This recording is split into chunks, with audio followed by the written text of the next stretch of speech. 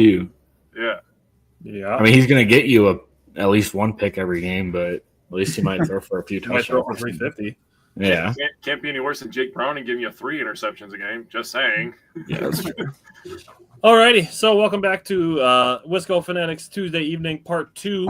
Jake and I were live earlier discussing the Brewers' first 2 wins against the Milwaukee Brewers against the Cubs in the NLDS. Game 3 is tomorrow afternoon during our regularly scheduled time. So we did the show earlier today, and now we are here for our Packers show, which we normally do on Tuesday evenings. And Packers were on a bye.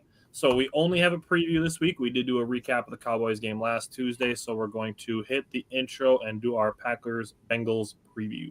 Welcome to another episode of the Wisco Fanatic Show, where we cover the Packers, Bucks, Brewers, and Badgers basketball and football teams from an optimistic and realistic perspective.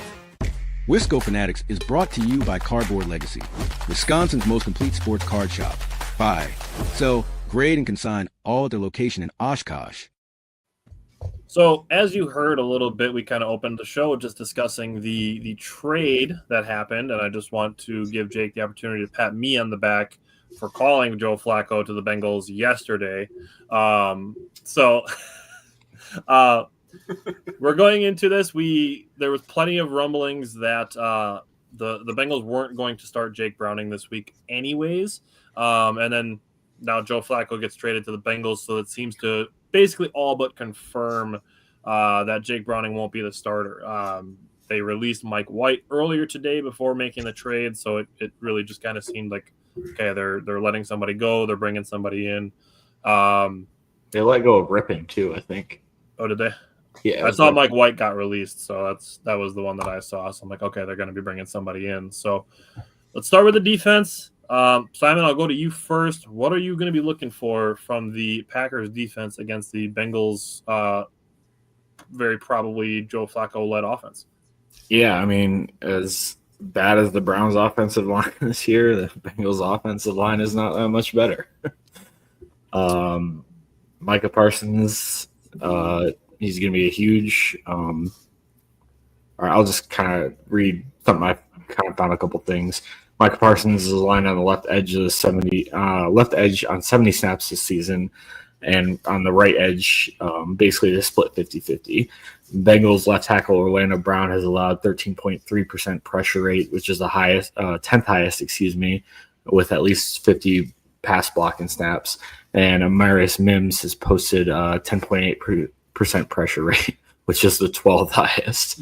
You can imagine they're gonna work the tackles pretty good. I mean, to me, this is just like the Cowboys, because like the Cowboys don't have a great offensive line either, but our corners kind of got worked and didn't give enough time for the edge rushers to really get to the QB. Bryant, what are you looking for from the Packers defense against the Bengals?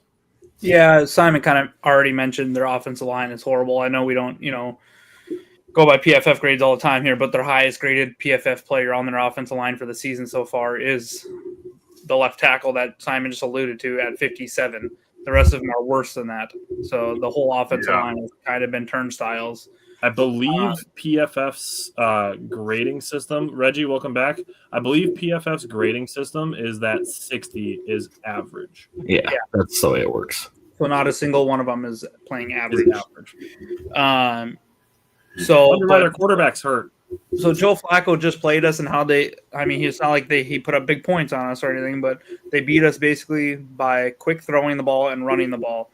Well, Cincinnati cannot run the ball. They're the worst in the league at running the ball. They're averaging 57 yards per game right now, 3.1 yards per carry. We have to continue that because I don't think Joe Flacco wants to stand back there and just tuck the ball. Now, if I'm Cincy, I might say, hey, Joe, we're just going to come in here and we're going to play dirty yard ball, and I just want you to throw it to T. Higgins and Jamar Chase as often and as much as possible because they're great players. So that's one way, I wasn't super thrilled when I seen the trade because for Browning, it's like there's no chance. But when you start talking a veteran quarterback, there's at least a slim puncher's chance that he can make something happen with the skill they got around him. But I expect Joe Flacco to look to get the ball out of his hands quickly. Chase Brown can catch the ball out of the backfield. So expect him to be involved, and then Higgins and maybe, more so Chase on some wide receiver screens and things like that. So they're going to try to throw the ball quick. So with those linebackers, Edrin Cooper, Quay Walker, get ready to jump a route or two and try to pick one of these off, because Joe Flacco has thrown, I think, 6 or 8 interceptions on the season, and Browning had thrown 8. So with Cincy, so this offense turns the ball over. So we need to capitalize on some turnovers, and if we get a chance, we need to make them. And just do not let the running game get going is my biggest thing. So I'm just going to jump in because I do have something I want to say against the running game. Looking at the defensive line against Cincinnati, I'm hoping Devontae Wyatt can play. I would be understanding if not. Carl Brooks, Colby Wooden will have to step up. Nazir Stackhouse will get some playing time. And I also think there's an opportunity for Lucas Van Ness to play some snaps on the interior as well. On the subject of the running game not getting going, Rashawn Gary has been good in the pass rush, and I'm sure Jake's going to talk about it. But he's been a very, very good run defender so far this season. He has a team-high 12% run stop percentage. So I want to be the one leading the charge on giving Rashawn Gary credit for his run defense, not just his pass rush, which has been very good. But there's been a large contingent of NFL and even Packers fans who have said that, Rashawn Gary's not averaging 15 sacks, he's being overpaid. So I want to give the credit, the context that there's more to it than just the sack total. So, Jake, what are you looking for from the Packers defense on Sunday? Yeah, so I am going to mention Rashawn Gary. I'm also going to mention, that one guy that wears number 1, who I still can't believe is on my team, Micah Parsons. Yeah, he's pretty good. So Parsons and Rashawn Gary should have plenty of opportunities. Bryant, nicely done. I was going to bring up the rushing yard, so very well done by you. There's a reason that Tyler and I picked you and Simon to come on the show, because you guys are smart, and you're also going to steal some of my notes sometimes. That's okay, because I want you to do that. So let's stop the run. That's what happened in the Browns and the Cowboys game. The Packers allowed them to get, the run game going. And that's how you have to beat a good pass rush team, right? You have to run it right at them. And teams the last 2 weeks have been doing a nice job mixing it up with the powers inside the tackle, outside the guard, and just kind of dominating in those areas. To add a little bit more context, Orlando Brown Jr., he's also given up 4 sacks, 3 hits, and 17 total pressures. So that's pretty bad. In terms of the third down defense, the Packers have been pretty decent on third down defense, allowing 40.9%, 18 of 55 conversions. Since Joe Burrow has gone out, the Bengals are only converting 9 of 33 on third down. That is 27.3%. That is freaking ass. Yikes. Back at home.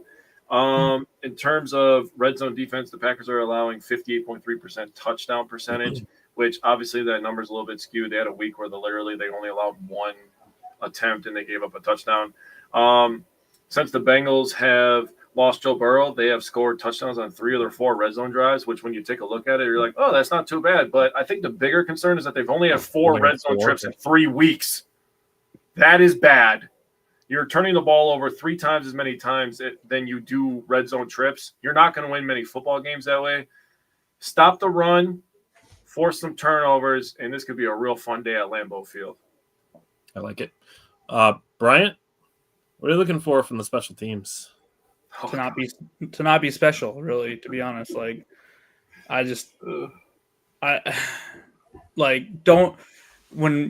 said this when we were going up to Cleveland, the way we lose this game is something stupid happens on something like special teams. What happens? Something stupid happens on special teams. Something stupid happened against Dallas on special teams. Can we not make it 3 in a row? Third time's a charm, maybe, that we can have a good special teams game. The Bengals are giving up 27 yards per return and 13 yards per kickoff return and 13 yards per punt return. So I have a feeling we have a chance to break, have good field position this game. Normally they're kicking it to about the 5-yard line. So hopefully we're starting plus 30 each time, pretty much, other than punts. You never know where those go to, but I feel like we need to take advantage of that and just, maybe we can make a play on returning this week or something. But just really what I need from them is just catch the ball, tackle, and slow down on the penalties, and just literally we don't need you to win the game. We just need you not to lose it. Let me jump in real quick. So all these kickers are now trying to do that little pooch kick, I guess is what I'll call it. And last night, I don't know if you guys watched any of the Kansas City and Jaguars game, but Kansas City, they tried to do that, and the ball actually went out of bounds, which gave Jacksonville an extra couple of yards and made the drive a little bit easier for them to go win. That kind of stuff happens to other teams too. Now, does it suck? And it feels like it happens more often to the Packers, but that's just another example of special teams could lose you games very quickly. And I know I missed down the drain.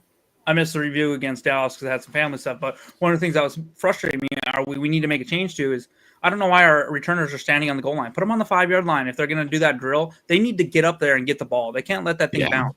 Get up there and catch the damn ball instead of starting on the 20-yard line when we're trying to go drive down to win the game, and then we have Matt LaFleur just being kind of brain dead when we get down there.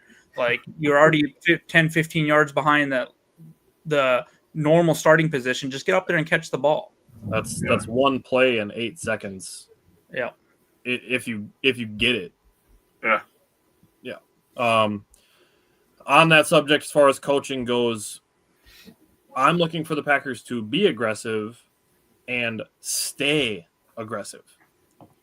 The Packers are number 1 in first quarter point differential. They're plus 24 in the first quarter. They are tied for the 7th lowest fourth quarter point differential at minus 12. So I want to be aggressive, stay aggressive, and maybe blow somebody out and be like, okay, the Packers, they got too cute for a couple of weeks. Their special teams cost them a game, and then they ended up in a shootout with the Cowboys on Sunday night. And then it's like, oh shit, okay, never mind. Who we thought the Packers were in week 1 and 2 is who they are. Yeah. So going to the offensive side of the ball, Simon, we're looking for from the Packers offense against the Bengals defense. I think this is going to be another Jordan Love game, to be honest with you. Okay. Starting out his name. We need to. There's fucking outlets in Wisconsin saying that Jordan Love is not elite. Get that shit out of here. Jordan Love has been at worst very good. Yes. You can't bring up like 2 plays and be like, he put that ball in harm's way, and then just ignore the fact that he's top 5 in like every fucking metric and statistic. Did Patrick Mahomes just not throw a pick 6 last night at the goal line? He did. Yeah. Now, granted, Patrick Mahomes he's earned his flowers. I mean, he's won 3 Super Bowls and stuff, but it happens to every quarterback. Every quarterback, even the greatest, make mistakes from time to time. Mm-hmm. Jordan Love has played great this year so far, and people need to just stop. Sorry, I didn't mean to cut you off, but you're good. Seeing Jordan. If Jordan Love is elite, the Packers are 4-0. Shut the fuck up. Jordan Love has been really good. Dude, if the offense puts up 37 points, I put 0 blame on them whatsoever. And the Browns game, they were playing against a really good defensive line without 2 of their offensive line starters. Yep. And yes, the one bad decision he made in that game essentially set up the game-winning touchdown or the game-tying touchdown, and then missing a game-winning field goal. Wait, what happened? I think Jordan Love went down there and set him up for the winning field goal. So but that's context, Simon. You can't do that. I think Jordan Love led 3 game-leading or tying drives in the fourth quarter against Dallas too. Yep. Yeah. But so I have I guess a few things. So basically, this is another please don't let insert player wreck our offensive line, and obviously the player is Trey Hendrickson. He's responsible for 27.5% of the Bengals' pressures and 40% of their sacks this season. And the rest of their pass rush is virtually non-existent. As a team, they're posting the 4th lowest pressure rate in the NFL. That's not good. With Hendrickson on the field, the Bengals have allowed 2 fewer yards per attempt and generated pressure nearly half a second faster compared to when he's off the field. So just neutralizing, it's just crazy what he's able to do. I don't know how they didn't give him an actual contract. I hope he goes somewhere else next year and absolutely wreck shop. Maybe a bit of extra Chris Brooks this game. Yeah. It looks like we'll have Zach Tom and Aaron Banks back, which will help. Hopefully they're both feeling a little bit better after the bye week. Brian, you got more? Oh, yeah, I have a couple other things. Packers have generated 589 total passing yards after the catch this season, averaging 7 yards after the catch per reception, which is the second most by any team. I think that just also kind of goes to a little bit to Jordan Love, because the placement of the ball matters, where receivers or pass catchers catch the ball and putting them in position to get those extra yards after the catch. So just a little bit of tidbit there. Tucker Kraft and Josh Jacobs have been absolutely exceptional this year after the catch. They both have 300 combined yards after the catch this season. The Bengals also allowed the highest yards after the catch per reception at 7.3 in the NFL this season. And the most total yards after the catch with 878 yards. That's a lot. And then lastly, 97% of rushing yards coming after contact for Josh Jacobs, which is second in the NFL, trailing Chase Brown, who has a disgusting 119.5% of his yards come after contact. That's so gross. So he's Tony Pollard this year, because that was Tony Pollard last year. Yeah. Okay. It's so unfortunate because Chase Brown actually, I think he's pretty talented. He's very good. He's getting absolutely no. But on the flip side, I'd like to see, hopefully with Banks and Tom back, we can get a little bit better of opening some holes for Josh Jacobs versus a pretty unspectacular defensive line. Yikes. All right, Brian, what are you looking for from the Packers offense against the Bengals defense? Yeah, a lot of what Simon said there. A couple of their players do have 1.5 or 2 sacks each too, but they're not getting. It's not like they're getting super fast pressure or anything with those players. It's Hendrickson that's getting the quicker pressure that you need to really kind of keep an eye on. And I think you called it out well. Chris Brooks could probably play a key role in this. So they're giving up the 4th most passing yards per game in the NFL right now, and they've given up the 2nd worst amount of touchdowns, which is 12. So they've given up 12 touchdowns. They do have 5 picks or whatever, so they can get after the ball a little bit. So you got to be a little careful, but they give up a lot through the air. At the same time, they give a lot up on the ground. They're allowing 132 yards per game, which is bottom half of the league for sure. Bottom third, actually, I believe. So I do feel like this could be a game that Josh Jacobs gets going, especially if Tom Banks or at least one of them plays, and we can start running the ball. And I think this could be a big play action game.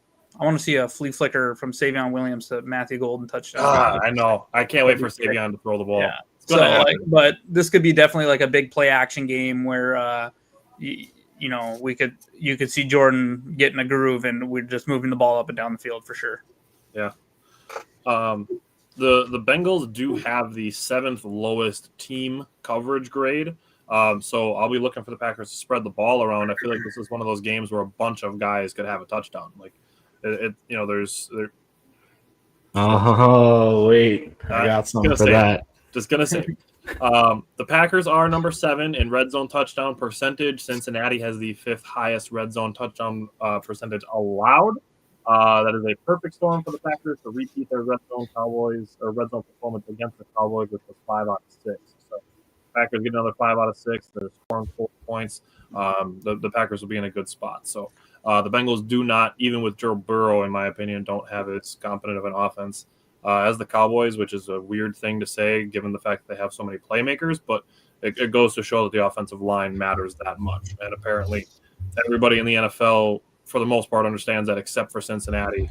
You draft a quarterback who's got MVP potential, and then they're just like, all right, yeah, we'll put some janitors out there to block and we'll let that be that. It's great having all the playmakers, but if you can't block for your quarterback, he's going to end up hurt. It's happened 3 times now. So it's unfortunate because I like Joe Burrow, and he's better for the league when he's healthy. It's better for the league when the Bengals are scoring 45 points, and then you get the Bengals-Ravens games that people actually want to watch because it's going to be a 48-45 final score. Cincinnati, you need to protect your fucking asset. But we get to see Joe Flacco again for the 2nd time in 3 games. So we got that going for us. Jake, what are you looking for from the Packers offense against the Bengals defense?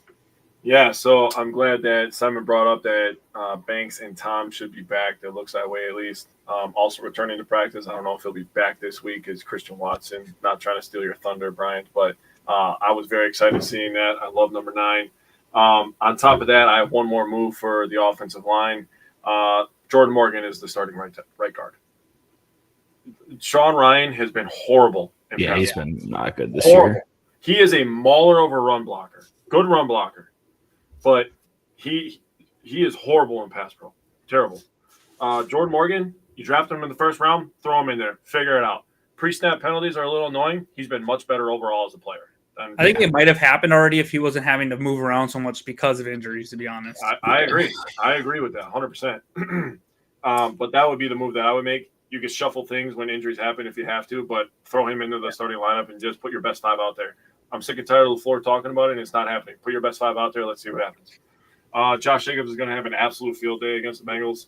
I'm not even going to bring up stats because guys brought them all up. But Josh Jacobs is going to have a field day. I have one other guy that's going to have a field day, but I'm holding on to that because we have matchups to talk about. So let's get to it. Cody said the Bengals lost so many good players to keep Burrow, Chase, and Higgins. They really did. Jesse Bates is the first one that immediately comes to mind. Well, for me, you have to keep Burrow and Chase, but I thought paying Higgins was just boneheaded.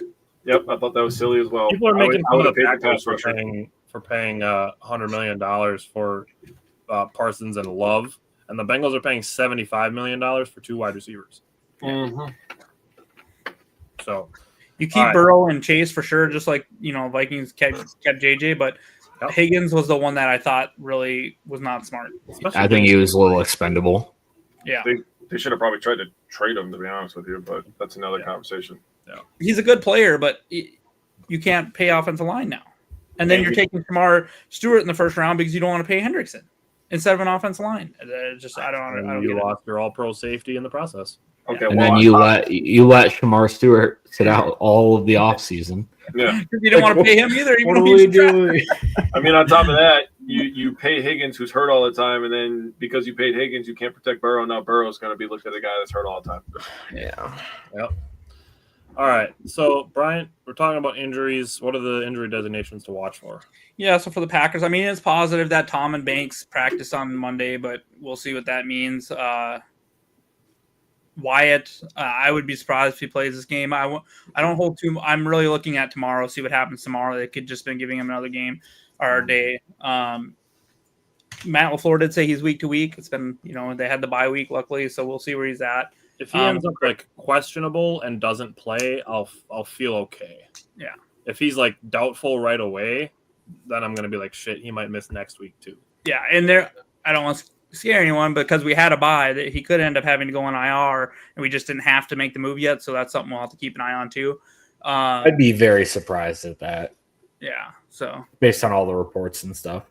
Yeah. So and then Watson obviously practiced today. So did Jacob Monk. So a little offensive line help there.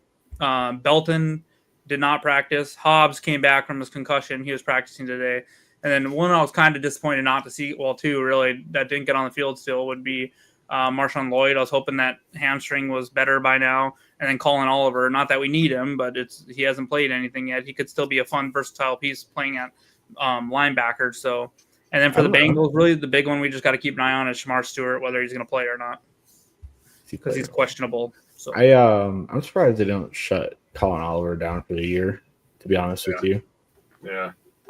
Yeah, he missed all of the offseason, and then we haven't really heard anything about him ramping back up to play. Even if you can get him some special teams snaps, and that's potentially a roster spot you can save next year by getting him at least, kind of familiar with special teams and the NFL kickoff rule and stuff like that. Yeah. I mean, that's still some worthy I just really want Marshawn Lloyd to get on the field because he's so explosive. I feel like he could just add another depth to the team, but it's just he's like Emmanuel Wilson, but on steroids. We can see Wilson explode, Emmanuel Wilson, but Marshawn Lloyd's double that. He's like that, but shiftier times 5. Yeah. So different Jake, gear. Yeah, Jake, what is the weather going to be like?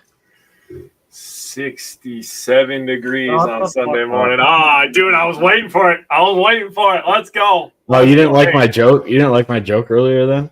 Oh, I love your joke. I love all 6-7 jokes because it pisses everybody off, dude. I don't get it. I enjoy legit don't understand. I don't understand. I saw somebody say doesn't that mean 6'7" anything. is like our generation's 1738. That's like What does You that know what? mean? I dude, 1738, bro, for the culture. I never heard that. You're fired. Both of you are fired. First of all, you don't know what 1738? Come on, you're not with the vibes. Isn't Also- that like a whiskey or something? 6'7" means like kind of like mid or no, Simon, it's not a whiskey. No, 6-7 is just from a rap song, bro. Yeah, it is. Oh, it's a cognac. Oh, that's what it is. I knew I saw it somewhere. I was I close. made a joke, and now we're having a conversation about alcohol. I don't know what's happening anymore. Okay, I was close. It's a cognac. With increasing clouds during the afternoon, high around 67, wind southeast at 10 to 15 miles per hour. That's it. do we have a noon or 3 p.m. kickoff? We have a midday. Yeah. 3:25. Yeah. Lame. Well, I'm it's good with supposed to it. be kind of a That prime makes sense. time-ish game. Yep, because of Burrow Yeah. at Lambeau.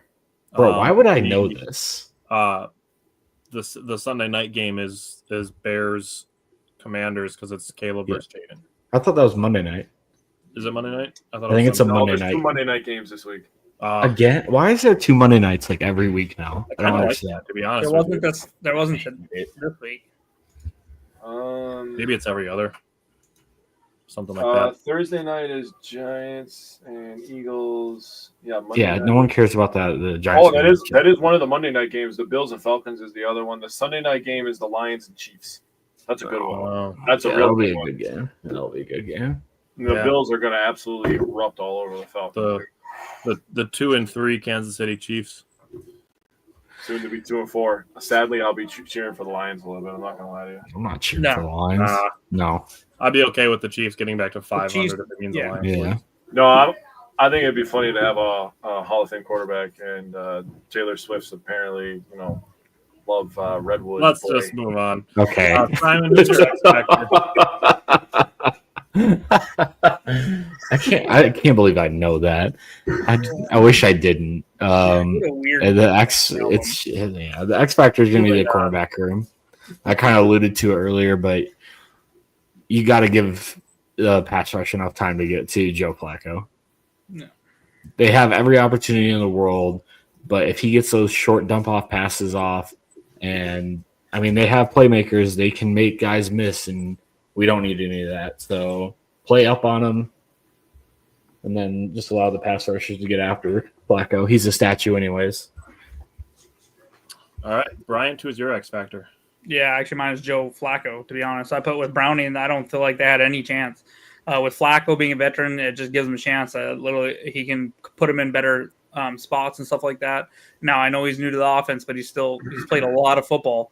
So, I mean, it's not hard to audible into a slant to Jamar Chase if we're playing 6-7 yards off.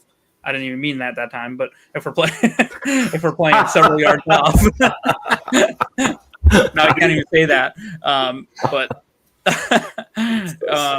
if we're playing, we were playing soft there several times against Dallas too, and so if Flacco can check into those, he can literally give us a hard time. So I try to, everyone was like, oh, we should smash the Browns. It could turn into an ugly game like that. Now they don't have the defense the Browns had, so that's where I think it's different. But just really don't give them any chance. This needs to be a blowout, quite honestly. Yeah, I agree. Said the X factor would be whoever will stop Hendrickson giving Jacobs and Love all day to have their way.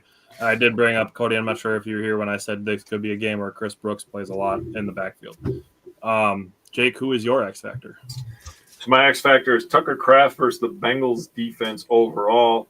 The Bengals have been getting eaten alive by tight ends all year. I don't know if you guys have been noticing this, but in terms of coverage I haven't been grades, watching Bengals games, no. their linebackers rank 32nd out of 32 teams in coverage against tight ends. Yikes. Their safeties rank 29th out of 32 teams in coverage versus tight ends. And their corners rank 10th in the league against tight ends. So, I mean, they're good there, but they don't play in the middle of the field usually. So, Tucker Kraft's going to have his way this week. I love it. For the dog. Yeah, I love that, dude. So mine, I don't have a specific reason. I just feel like this is a week that Dontavian Wicks is going to have a big game.